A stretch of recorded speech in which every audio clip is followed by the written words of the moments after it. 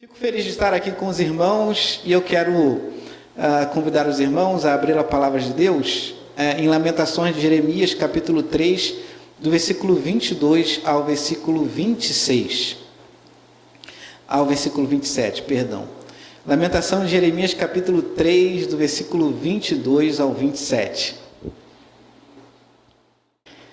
Lamentações de Jeremias, capítulo 3, do versículo 22 ao 27. Lamentações fica bem juntinho ali, Jeremias, né? Antes ali de Ezequiel, bem pequenininho ali. E nós faremos a leitura para a nossa meditação e exposição nessa manhã. Capítulo 3, do versículo 22 ao 27. Amém ou misericórdia? Então, podemos ler juntos? Podemos ler juntos, né? Diz assim a palavra de Deus: as misericórdias do Senhor são a causa de não sermos consumidos, porque as suas misericórdias não têm fim, renovam-se a cada manhã, grande é a tua fidelidade. A minha porção é o Senhor, diz a minha alma, portanto esperarei nele. Bom é o Senhor para os que esperam por Ele, para a alma que o busca. Bom é aguardar a salvação do Senhor, e isso em silêncio. Bom é para o homem suportar o jugo da sua mocidade. Amém. Que o Senhor abençoe a leitura da sua palavra e nos edifique nessa manhã. Estamos no mês da Reforma, meus irmãos, e nós sabemos que a nossa igreja é uma igreja oriunda da Reforma, né? E algumas pessoas pensam assim, mas a reforma foi há tanto tempo atrás e nós ainda falamos da reforma. Os conceitos que foram produzidos na reforma foram produzidos há tanto tempo atrás e nós ainda falamos na reforma. Alguns ensinos, né, que foram produzidos lá naquele tempo, há muitos anos atrás, e nós ainda falamos na reforma. Falamos sim, meus irmãos, porque muitos conceitos que foram elaborados na reforma não foram superados e nem podem ser superados, porque ali aqueles homens foram conduzidos pelo Espírito Santo do Senhor, e tudo que eles abordaram, e tudo pela qual eles lutaram, foi na verdade, meus irmãos, um retorno aos conceitos bíblicos sobre fé e sobre teologia. Então, de fato, né, hoje, todos os conceitos que foram elaborados lá por Lutero e Calvino, eles ainda são muito atuais. E eles podem, né, trazer grandes benefícios às nossas vidas e corações, né? Um dos 5 pontos do calvinismo é a perseverança nos santos. E a gente sempre fala dos 5 pontos, né? Enfaticamente sempre falamos dos 5 pontos. E, irmãos, tem que falar, porque é uma coisa muito extraordinária, muito bela mesmo, né? Os conceitos que ali são levantados, os conceitos que são defendidos, são conceitos bíblicos. Então, se nós temos a palavra de Deus como regra de fé e prática, nós vibramos, ou pelo menos devemos vibrar com aquilo que é ensinado ali, né? E o 5º ponto fala sobre a perseverança dos santos. E talvez você possa assim ter uma ideia. Olha, o santo persevera no caminho. Não, a ênfase não é essa. A ênfase é que Deus persevera no santo. É que Deus insiste no santo. É que Deus não abandona o santo. Por isso, o santo tem a convicção e a certeza de que vai terminar a sua jornada de fé, porque Deus não deixa e Deus não abandona. Quando nós olhamos para esse texto, meus irmãos, está evidenciado esse ensino que, fundamentado no texto de Jeremias, é um ensino bíblico, nós percebemos isso. O contexto das Lamentações de Jeremias, meus irmãos, o lamento de Jeremias, o lamento do profeta, é sobre tudo o que aconteceu no contexto do seu livro. E quando nós olhamos para o contexto do livro do profeta Jeremias, nós percebemos um povo que é chamado por Deus, que conhece a Deus, e que se relaciona intimamente com Deus, mas que agora, nesse cenário em específico do livro do profeta Jeremias, é um povo desconectado com Deus, é um povo que quebra a aliança do Senhor, é um povo que não ama mais a Deus, é um povo que não está mais interessado naquilo que Deus propõe para a sua jornada e para a sua caminhada de vida, como se a palavra de Deus ou o ensino de Deus pudesse ser superado por qualquer outro ensino ou por qualquer outra filosofia que apareça, né, nesses momentos aí que nós vivemos. Mas era um povo totalmente desconectado de Deus, era um povo que não tinha mais comunhão com Deus, era um povo que não mais se interessava com o Senhor, sabe? E Jeremias foi levantado como profeta para denunciar essa prática, para falar justamente, né, de como Israel havia abandonado a Deus. Uma vez eu fui fazer a exposição de Jeremias e eu usei essa palavra abandonado. Fui interpelado depois da pregação, quando terminou o culto, porque a pessoa falou assim: pastor, acho que é muito duro falar que Israel abandonou Deus, mas irmãos, a expressão literal é justamente essa, abandono mesmo. Israel havia abandonado a Deus e seus caminhos, né? Esse é o cenário do livro de Jeremias, esse é o cenário da maioria dos livros proféticos, tanto maiores quanto menores. E aí, meus irmãos, Jeremias, ele era um profeta muito devotado a Deus e devotado também ao seu povo, né? E ele acompanha todo aquele esfriamento e aquela apatia espiritual com tristeza e com muito pesar. E aí, como fruto dessa tristeza, como fruto desse pesar, como fruto do povo não ter ouvido a voz de Deus por meio do seu ministério profético, Jeremias então escreve as Lamentações, né? É lamentável, Deus, é lamentável ver o teu povo nessa situação, é lamentável ver tudo aquilo que o teu povo fez. As Lamentações de Jeremias, meus irmãos, vão evidenciar o fracasso de Israel como povo de Deus. Israel fracassa como povo de Deus, como povo chamado, como povo da aliança, como povo que tinha intimidade com Deus, como povo que, como único povo na era antiga, que se relacionava com Deus numa relação paternal, porque Deus era pai de Israel. Essa era a figuração desse chamado. O chamado representava, meus irmãos, a apropriação de Deus ao povo, mas não apenas uma apropriação formal, não, mas uma relação paternal, de um Deus que se dedica, de um Deus que salva, de um Deus que restaura, de um Deus que está constantemente visitando aquele povo. Lamentações, então, evidencia esse fracasso, né? Israel fracassou como povo de Deus, quebrou a aliança, se afastou dos caminhos do Senhor. Essa vai ser a temática central do ministério profético, tanto dos menores quanto dos maiores.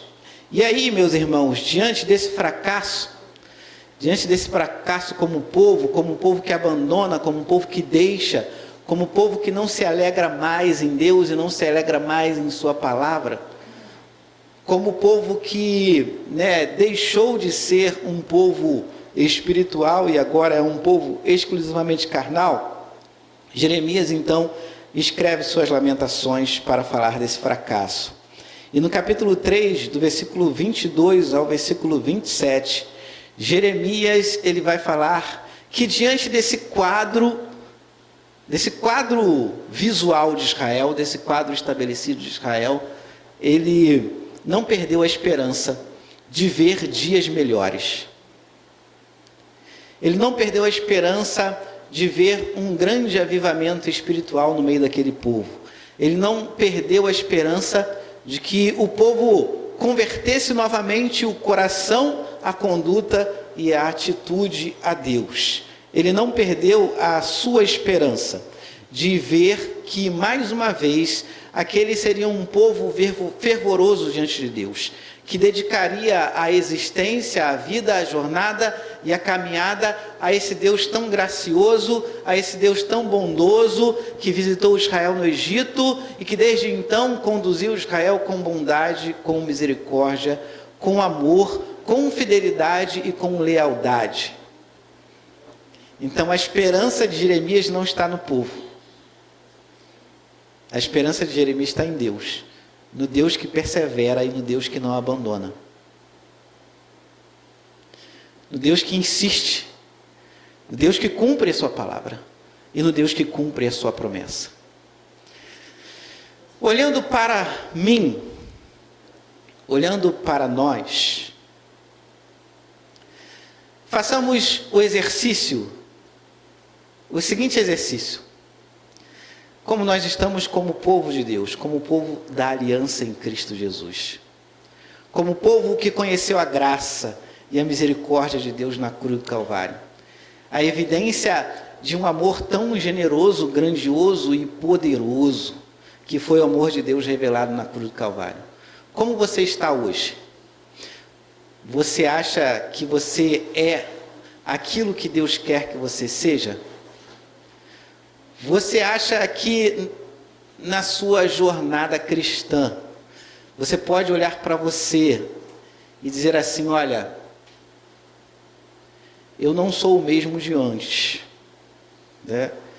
Martin Luther King, ele fala, olha, eu não sou quem deveria ser, mas eu não sou o mesmo de antes, falando da mudança que Deus havia feito na sua vida e no seu coração, né? E nós vemos, meus irmãos, como aquele homem, Martin Luther King, como homem de Deus, que ele foi, a diferença que Deus fez na vida daquela nação inteira, por causa do trabalho espiritual, teológico e civil daquele homem. Ele foi profundamente usado por Deus. Deus tinha um propósito na vida dele e ele foi profundamente usado por Deus para aquela obra que Deus havia colocado e proposto a ele, né? E agora Israel olha para ele, Israel olha para si e vê que não é aquilo que Deus queria que ele fosse. Israel não é o que Deus queria que ele fosse.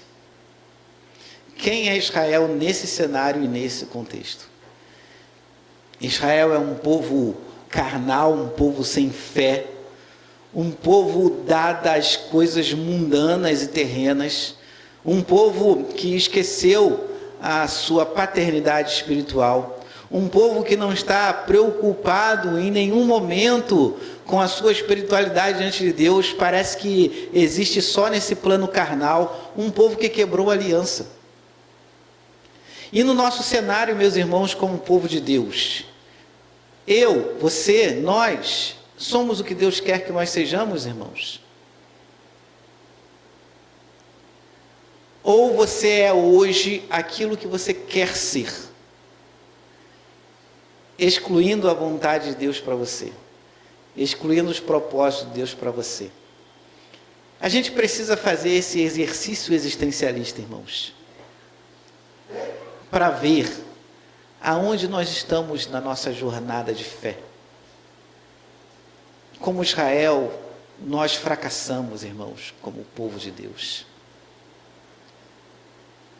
Como Israel, nós fracassamos em viver a palavra de Deus.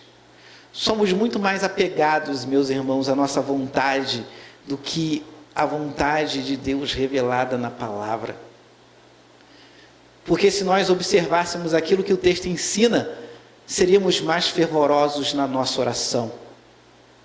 Seríamos mais fervorosos no nosso aprendizado com a palavra de Deus. Seríamos mais fervorosos na nossa leitura bíblica. Seríamos mais fervorosos, irmãos, em todos os exercícios espirituais propostos pela igreja, porque nós sabemos que a igreja é a igreja do Senhor. E Deus usa a sua igreja para abençoar espiritualmente aqueles que são membros da igreja, aqueles que são filhos de Deus. Mas muitas vezes nós perdemos o exercício místico da igreja e achamos que a igreja, ela apenas nos traz benefícios sociais. de relacionamento com as pessoas. Quando, na verdade, a proposta primaz da igreja é facilitar a tua comunhão com Deus. É contribuir para o seu crescimento espiritual, para a sua comunhão com Deus. Através de uma oportunidade comunitária para orar, através de uma oportunidade comunitária para aprender a Bíblia, através de uma oportunidade comunitária de ser parte constituinte de um povo chamado por Deus para louvor e para adoração ao Senhor. Deus, ele se manifesta, meus irmãos, aqui na igreja, no culto público, como ele jamais se manifestará na sua casa, no seu exercício piedoso, no seu culto familiar. Outro dia eu estava falando isso lá na igreja. Não adianta você ficar em casa e falar assim para sua família: olha, vamos fazer o culto em casa, na hora do culto comunitário. Não adianta. Tu está pecando do mesmo jeito. Se você quer aliviar a sua consciência, não vai ajudar, porque você está pecando do mesmo jeito, porque é um chamado comunitário, irmãos. E você não pode ficar em casa e fazer um culto em casa como se Deus se manifestasse da mesma forma como ele se manifesta na igreja, se manifesta na sua casa. Não. Eu não estou dizendo que Deus não se manifeste na sua casa, no seu exercício devocional. Ele faz. Mas a maneira como ele faz na igreja é diferente. É diferente porque aqui ele chama o povo para congregar e para o louvor da sua glória. Então, aquilo que Deus faz na comunidade, na manifestação espiritual dele aqui na comunidade, não será a mesma coisa que ele fará na sua casa, no seu culto familiar. Então, exercício individual piedoso não substitui culto público, e culto familiar também não substitui culto público. Você é chamado para estar aqui, para louvar e adorar o Senhor. Nós falhamos, irmãos. Nós falhamos como crentes, de muitas formas e de muitas maneiras. Jesus nos chama para o discipulado. Para fazer discípulos. Nós temos feito discípulos. É um chamado individual para cada crente fazer discípulos. Para cada crente ajudar um novo convertido e caminhar com um novo convertido até que ele amadureça espiritualmente. Nós não fazemos isso. Não há essa prática do discipulado muitas vezes na igreja. Nós não atendemos o chamado para o evangelismo, para pregar a palavra de Deus, para falar de Cristo e das suas ações em nossas vidas. Nós falhamos como membro da igreja, como parte do povo de Deus. Não há esperança para nós? Claro que há esperança para nós, irmãos. Porque nós falhamos como povo de Deus, mas Deus não falha como Pai. Como Pai, Deus é perfeito. E esse texto fala justamente da misericórdia divina que nos assiste. Assistir respeitando a regência verbal, não é assistir de ver, é assistir de socorrer. Uma misericórdia que socorre, uma misericórdia que possui características que é impressionante, uma misericórdia que, segundo o texto, não se esgota, sabe? Uma misericórdia inesgotável, porque o texto vai falar que ela é uma misericórdia inesgotável. Davi, no Salmo 59, ele vai cantar as misericórdias de Deus. Ele vai cantar enfaticamente as misericórdias de Deus. Nós estávamos fazendo o seguinte exercício lá na igreja. Imagine Deus falar assim para você: olha, amanhã não tem misericórdia. Né? Amanhã, pastor Rodrigo, tu vai viver sem misericórdia. Amanhã não tem misericórdia para você. Essa semana não tem misericórdia para você. Esse mês não tem misericórdia para você. Já seria muito desesperador. Seria muito desesperador se Deus falasse para nós: olha, nas próximas 1 hora não haverá misericórdia para você. Ou no próximo 1 minuto não haverá misericórdia para você. Imagine se Deus negasse a misericórdia dele para nós, irmãos. O que seria de nós? Então, vamos falar rapidamente aqui de algumas características da misericórdia de Deus. Olha, nós falhamos, sim, mas Deus ele não falha, irmãos. E a esperança de Jeremias está depositada justamente na pessoa de Deus, né? Uma misericórdia, meus irmãos, uma misericórdia que reflete lealdade e reflete fidelidade à aliança. Em Cristo Jesus, Deus estabelece uma aliança com você. E a misericórdia dele reflete a lealdade que ele tem e a fidelidade que ele tem à aliança que ele estabeleceu com você. Por isso nós afirmamos, reformados, que uma vez que você experimentou aquilo que Jesus Cristo descreve no capítulo 3 de João, quando ele conversa com Nicodemos, é necessário que o homem faça o quê? Nasça novamente. Mas não é um nascimento terreno, não é um nascimento que vem do alto. O que Cristo está relatando ali é a necessidade de nascer de novo. É um novo nascimento, é a regeneração, que acontece mediante a ação do Espírito Santo do Senhor, convertendo o coração. Uma vez que eu e você passamos por aquela experiência de regeneração e de novo nascimento, você não vai de maneira nenhuma ter o seu nome apagado do livro da vida. Mas pastor, essa semana eu não fui muito crente. Essa semana eu escorreguei, cometi muitos erros e muitas falhas. Glória a Deus e louvado seja o nome do Senhor. Que a esperança que você deve ter na glória não está fundamentado na tua moralidade, mas na lealdade que Deus tem com a sua aliança. E se Ele estabeleceu uma aliança com você em Cristo Jesus, e que se você passou pelo momento da regeneração, do novo nascimento, você é criatura. Não apenas criatura, mas você é filho de Deus. Em Cristo você pode então dormir a cabeça, colocar a cabeça tranquila no travesseiro e dormir, porque Deus não vai te deixar. Porque o amor de Deus é mais forte que o teu pecado. Porque o amor de Deus é mais forte do que a morte. Porque o amor de Deus é mais forte do que Satanás, que vem te acusar, que vem falar coisas para você, que vem colocar na sua cabeça, né? Parece até que você não é crente agindo dessa forma. Nós falhamos, irmãos, sim, nós falhamos, mas Deus não falha na sua fidelidade, no seu amor, porque são reflexos da sua misericórdia. A misericórdia de Deus conduz a sua fidelidade e conduz a sua lealdade. Então Deus colocou o seu nome no livro da vida, porque Jesus Cristo morreu por você na cruz do Calvário, e o teu nome está lá e não vai ser apagado. Isso não é obra tua, isso não é mérito teu. Nada do que se trata em relação, meus irmãos, à nossa salvação e também a nossa jornada e também a nossa caminhada, nada é mérito nosso, tudo é mérito divino. Tudo é mérito do Senhor. Porque se você está de pé hoje, porque Deus conserva você de pé. Porque Deus insiste em você, porque Deus persevera em você, porque Deus não vai te deixar, porque Deus não vai te abandonar.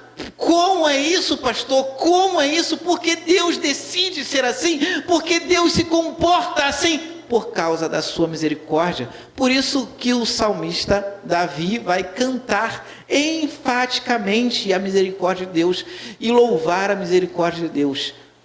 Porque é a causa, como diz o texto, de não sermos consumidos. Irmãos, a gente merece ser consumido mesmo.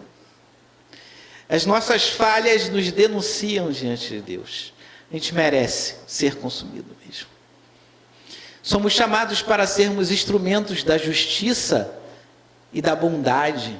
E muitas vezes nós emprestamos a nossa boca, o nosso corpo, para a prática da maldade, irmãos. Nós ignoramos totalmente aquilo que Tiago diz sobre a língua, e nós falamos mesmo. E Tiago já falava da dificuldade, né, de dominar a língua, né? Porque a gente ensina na igreja muitas vezes, né, que é pecado, mas as pessoas continuam falando mesmo assim, gente. Isso evidencia, irmãos, a nossa falha como filhos de Deus. Mas a nossa salvação e a nossa jornada com Deus não está fundamentada na nossa moralidade. É mérito do Senhor.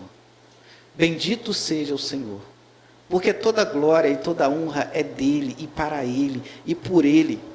Então, se de fato Deus considerasse todos os seus pecados e todos os meus pecados, nós seríamos consumidos sim, nós merecemos ser consumidos sim. Mas de maneira tão maravilhosa, irmãos, a beleza do Evangelho é essa, assim, a beleza do Evangelho é que você merece ser consumido, né? Mas Deus não vai consumir você. Deus, ele trata você da maneira que você não merece, porque o mérito seu é ser consumido, o mérito meu é ser consumido, mas ele age com graça e ele age com bondade. Há esperança sim para o povo de Deus, e a esperança está única e exclusivamente nessa característica de Deus que permeia todo o seu ser, porque a justiça de Deus é exercida com misericórdia, a santidade de Deus é exercida com misericórdia, o amor de Deus é exercido com misericórdia, as misericórdias de Deus permeiam todos os seus traços de personalidade. Então você pode sim ter certeza e esperança de que uma vez que você experimentou a regeneração em Cristo Jesus, você não vai perder a salvação do Senhor. Porque a misericórdia de Deus conduz à fidelidade e à lealdade na aliança. A misericórdia de Deus, ela é operante diante da miséria. Jeremias, no versículo 22, quando ele retrata de que o povo merecia de fato ser consumido, o texto vai mencionar a miséria de Israel, a miséria espiritual de Israel.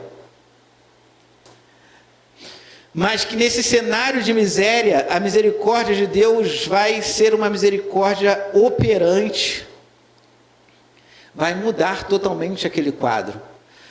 Nos livros proféticos há sempre uma mensagem de esperança e há sempre uma promessa de esperança. A história do povo de Deus não vai terminar naquele cenário de miséria e de desgraça. Não vai terminar nesse cenário. Não vai terminar nesse cenário porque Deus não vai deixar terminar nesse cenário. Porque se dependesse do povo, se dependesse das pessoas, se dependesse da liderança, se dependesse daqueles homens, eles terminariam na miséria, mas o quadro vai ser totalmente mudado, e o quadro vai ser totalmente alterado por aquele que é misericordioso, e não deixa de ser poderoso, e não deixa de ser majestoso, e não deixa de ser aquele que criou os céus e a terra. Por isso Deus fala em Isaías, né? Não tenham medo, eu sou contigo. Não tenham medo, eu sou contigo. Como é que a gente não vai ter medo, gente? Medo medo é uma realidade natural do coração pecador. Você tem medo, eu tenho medo, né? A gente tem medo, a gente tem muitos medos em relação ao céu. Será que eu vou estar lá? Não vou estar? Será que de repente lá, né, eu vou estar naquele povo que está do lado da esquerda, né? E não vou estar na direita, e como é que vai ser isso? A gente tem medo da nossa jornada, a gente tem medo da nossa caminhada, e aí Deus fala para nós não termos medo, porque Ele é conosco, porque a sua presença é conosco. Isso nos dá a certeza de que vamos chegar ao final. Então o quadro pode, assim, ser um quadro escuro de trevas, um quadro de miséria, mas a misericórdia de Deus, ela é operante. Ela não vai deixar que a história termine daquela forma. Então, mesmo para Israel, há muitas promessas de restauração, porque aquele não é o fim da história. Porque Deus vai continuar operando, segundo a sua bondade e segundo a sua misericórdia. E Deus vai continuar operando na vida do povo dele. Então isso traz também esperança para nós, irmãos. Muitas vezes não estamos, considerando ou não estamos entendendo que estamos no centro da vontade de Deus, mas Deus ele vai nos colocar no centro da sua vontade, porque Ele não vai nos deixar e Ele não vai nos abandonar. A nossa esperança está no Deus de misericórdia, que age em nós e que opera em nós. É uma graça que é irresistível, não conseguimos resistir. Ele cativa o nosso coração, Ele cativa a nossa vida, Ele muda a nossa vontade, Ele altera a nossa vontade, Ele opera na vontade do ser humano, fazendo com que muitas coisas que são interessantes para o homem deixam de ser interessantes.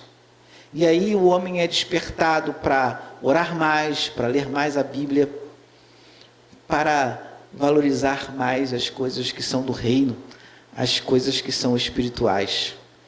O reino precisa estar no nosso dia a dia, irmãos. O reino precisa estar no nosso dia a dia e precisa definir tudo o que nós vamos fazer na vida. Tudo é para a glória do Senhor. Você quer ganhar mais? Para que você quer ganhar mais? Para Deus ser glorificado na sua vida? Ou para você simplesmente atender os seus desejos carnais?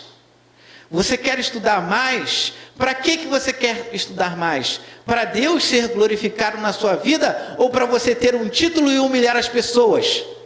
Tudo deve ser definido, irmãos, pelo reino de Deus em nossas vidas, em nossos corações. Porque se não for para a glória de Deus, se não for para o louvor do Senhor, então não somos aquilo que Deus quer que nós sejamos. Somos como Israel, mas nós podemos orar a Deus e orar a sua misericórdia. Há uma misericórdia que é operante, opera em nós. As misericórdias do Senhor são a causa de não sermos consumidos. É uma misericórdia que vai operar na nossa miséria e vai transformar nossos corações. Porque suas misericórdias não têm fim. Como eu havia dito, irmãos, renova-se a cada manhã. A misericórdia de Deus é inesgotável, não acaba. Assim como a sua longanimidade, Paulo vai falar sobre a longanimidade de Deus. Longanimidade, meus irmãos, traduzido literalmente, é uma paciência longa. Deus é paciente conosco. E a paciência de Deus é longa, irmãos. Graças a Deus por isso, Louvado seja o nome do Senhor por isso. É uma paciência longa. Imagine se nós pensássemos, irmãos, hipoteticamente, em estar no lugar de Deus, Muita gente, muita nação já estaria destruída, no mínimo, Muitas pessoas já estariam mortas. Eu acho que o mundo já estaria destruído. Mas Deus, Ele é paciente. A sua longanimidade. A misericórdia de Deus, irmãos, ela é inesgotável. Ela se renova a cada manhã.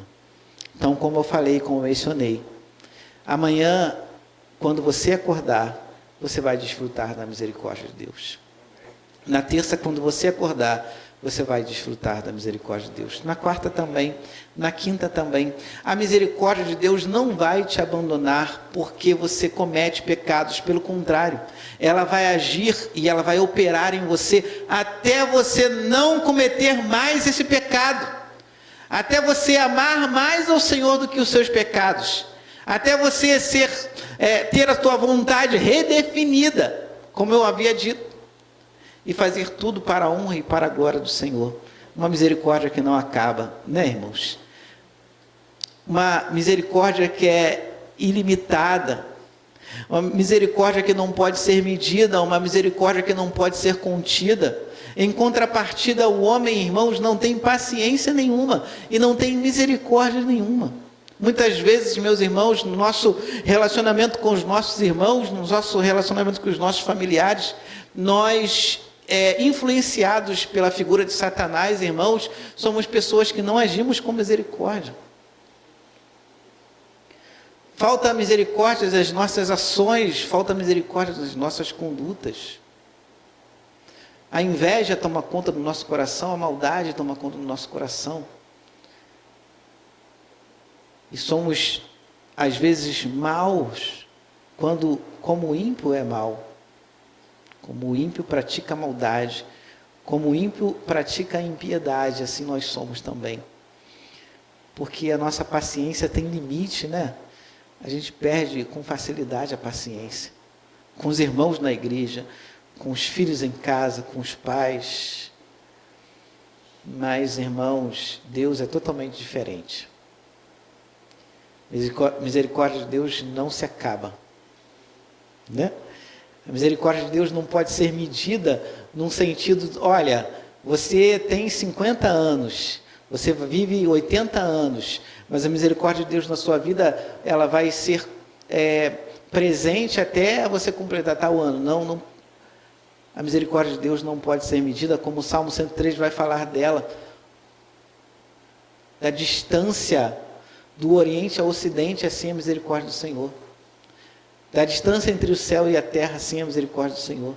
Como um pai que se compadece do seu filho, assim é a misericórdia de Deus, uma misericórdia que não acaba.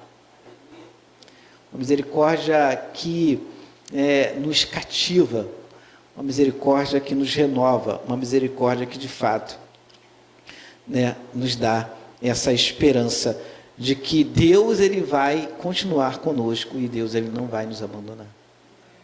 É claro que existe o outro lado da moeda. É claro que a misericórdia de Deus também age santificando nossas vidas. E é claro que também há um chamado de santidade para nós. Um chamado de santidade ético e moral. Uma vez, meus irmãos, que somos regenerados, uma vez que Jesus Cristo faz essa obra em nós, segundo a palavra de Deus em Pedro, a nova vida ela se torna latente, patente, ou seja, ela sai quando nós vivemos a palavra de Deus. Existe então um chamado de santidade, e nós precisamos nos relacionar, meus irmãos, com a misericórdia de Deus com muita reverência. Não fazer como os romanos estavam fazendo no capítulo 4, quando o apóstolo Paulo fala assim, olha, vocês ignoram que é a bondade de Deus que conduz vocês ao arrependimento? E vocês banalizam isso? Irmãos, nós não conseguimos nos arrepender sozinhos. Se o Espírito Santo de Deus não agir no seu coração, na sua mente e na sua vontade, não haverá arrependimento em você nem em mim. Até o arrependimento que há em nós, meus irmãos, é produzido pela misericórdia de Deus. E nós não podemos ignorar isso. Não podemos ignorar, meus irmãos, em nenhum momento isso. Achar que Deus nos perdoa por causa da nossa moralidade, da nossa ética, porque a nossa moralidade e ética são falhas. Mas as misericórdias do Senhor, não. E ela se renova a cada manhã. Uma misericórdia que não acaba. Então devemos ter sempre esperança nessa misericórdia inesgotável. A misericórdia de Deus promove então esperança. Quando olhamos para o texto, a esperança de Jeremias está, de fato, na misericórdia de Deus. A minha porção é o Senhor, diz a minha alma, portanto nele esperarei. Esperança é justamente esperar, A raiz da palavra esperança é esperar. Se você tem esperança em Deus, você vai esperar nele.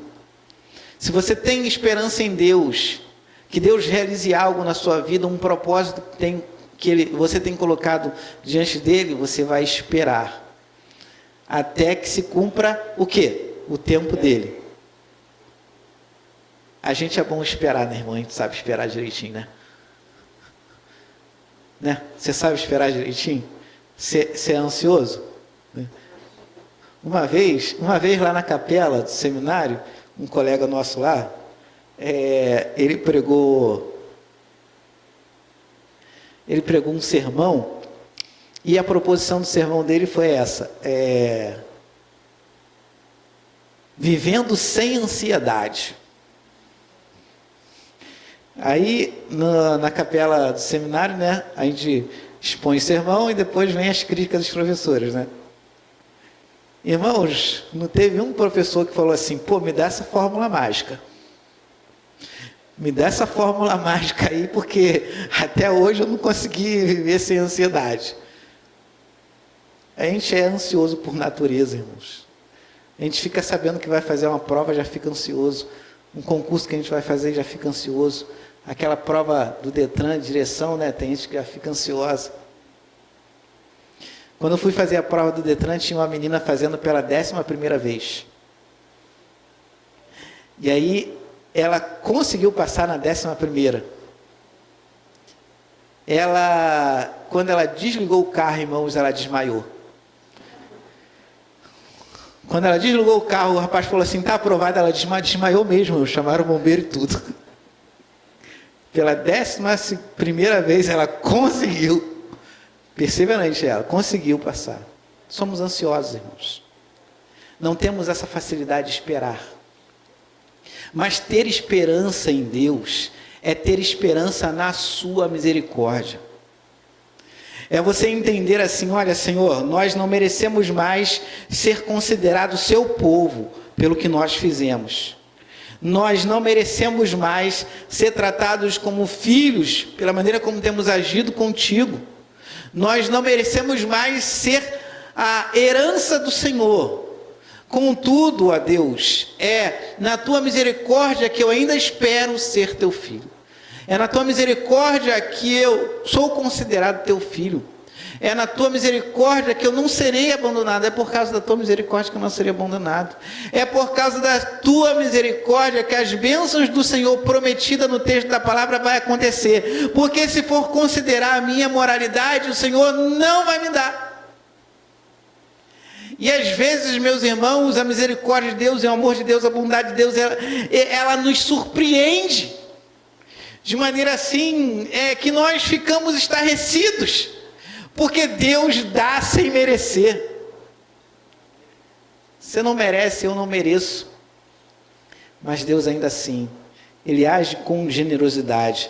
Então que a sua esperança esteja na misericórdia de Deus. Porque a misericórdia de Deus é, em último lugar, a misericórdia de Deus não falha. Ela não falha. Deus é aquele que tem condições de fazer para você uma promessa e cumprir a promessa, não importa o que aconteça. Olha, Israel, eu vou aí e vou tirar vocês do Egito, sabe? E para tirar Israel do Egito, Deus fez inúmeros milagres sobrenaturais. E para tirar Israel do Egito, Deus abriu um mar. E para conduzir a Terra Santa, muitos milagres Deus operou para cumprir a promessa que Deus havia feito a Israel. A promessa de Deus é infalível. Ainda que muitas vezes o teu coração ansioso leve você a cometer equívocos, como Abraão cometeu. Porque a promessa de Deus para Abraão é que ele teria um filho com a sua esposa. E ele, ansioso, teve um filho com a sua escrava, por ele mesmo lá, que não é filho da promessa. O apóstolo Paulo em Gálatas vai ensinar que não é filho da promessa, é filho da carne. Filho da promessa é quem? Isaac. Eu prometi Isaac e eu vou dar Isaac. Não importa se você tem 100 anos e a sua mulher tem 99. Eu prometi que ela vai ter um filho, então ela vai ter. Porque Deus tem os recursos necessários para cumprir a promessa que Ele faz. Ainda que a promessa que Ele faça, né, desafia, sim, a ordem natural das coisas. Deus, Ele não falha. Nós falhamos, continuamente nós falhamos, mas Deus, Ele não falha. Nosso amor a Ele continuamente falha, mas o amor que Ele tem por nós não falha. Nossa devoção a Ele continuamente falha, mas a devoção que Ele tem a nós não falha. A sua lealdade, a sua fidelidade não falha. E essa misericórdia que é infalível deve ser a nossa inspiração para a nossa jornada cristã. Uma jornada verdadeiramente fervorosa, uma jornada verdadeiramente, que seja pautada na dedicação, no amor incondicional a esse Deus que se revela a nós na cruz do Calvário por meio da sua misericórdia. Olhando esse texto, irmãos, que fala sobre graça, bondade, fidelidade, sobre esperança, sobre aguardar a salvação do Senhor, nós aprendemos sobre a misericórdia de Deus, sobre uma misericórdia que não falha. E é nessa misericórdia que nós devemos colocar a nossa esperança. Então, voltando ao ponto, calvinista, que tem muita gente que fala, vocês só repetem isso, mas o ensino não foi superado, gente. Se surgir aqui algum teólogo, provando biblicamente que eles estavam errados, a gente pode até considerar. Mas é Deus que persevera em nós. E a gente pode ter certeza, irmãos, que nós vamos chegar ao final da nossa jornada cristã e seremos acolhidos por Deus e por sua presença. Não por nossos méritos, nossas capacidades, mas pelo mérito generoso desse Deus que nos visitou hoje, nos visitará amanhã e todos os dias de nossas vidas nos visitará com sua graça e sua misericórdia. Então tenhamos esperança, irmãos, tenhamos esperança. Talvez você olhe assim para a igreja não é o que deveria ser, mas a igreja será o que Deus quer que ela seja para a glória do seu santo nome. Deus abençoe os irmãos, que a misericórdia do Senhor conduza-nos nessa jornada cristã e nessa jornada da vida. Mais uma vez aí a nossa gratidão ao pastor e à igreja por essa oportunidade e a nossa alegria de estar aqui com os irmãos nesse momento tão abençoado que é o culto ao Senhor, culto tão alegre, tão festivo, um culto todo dedicado a Deus, porque é para a glória de Deus, A gente sabe, meus irmãos, que nós somos abençoados pelo culto, Nossa alma é abençoada pelo culto, nossa mente é abençoada pelo culto, nosso coração é abençoado pelo culto. Mas nada disso é para nós, tudo é para Ele, tudo é para o nosso Senhor. E certamente aqui nós temos um culto cristocêntrico, onde a presença de Cristo é exaltada, onde Deus é exaltado e glorificado. Que Deus assim nos abençoe em nome de Jesus. Amém.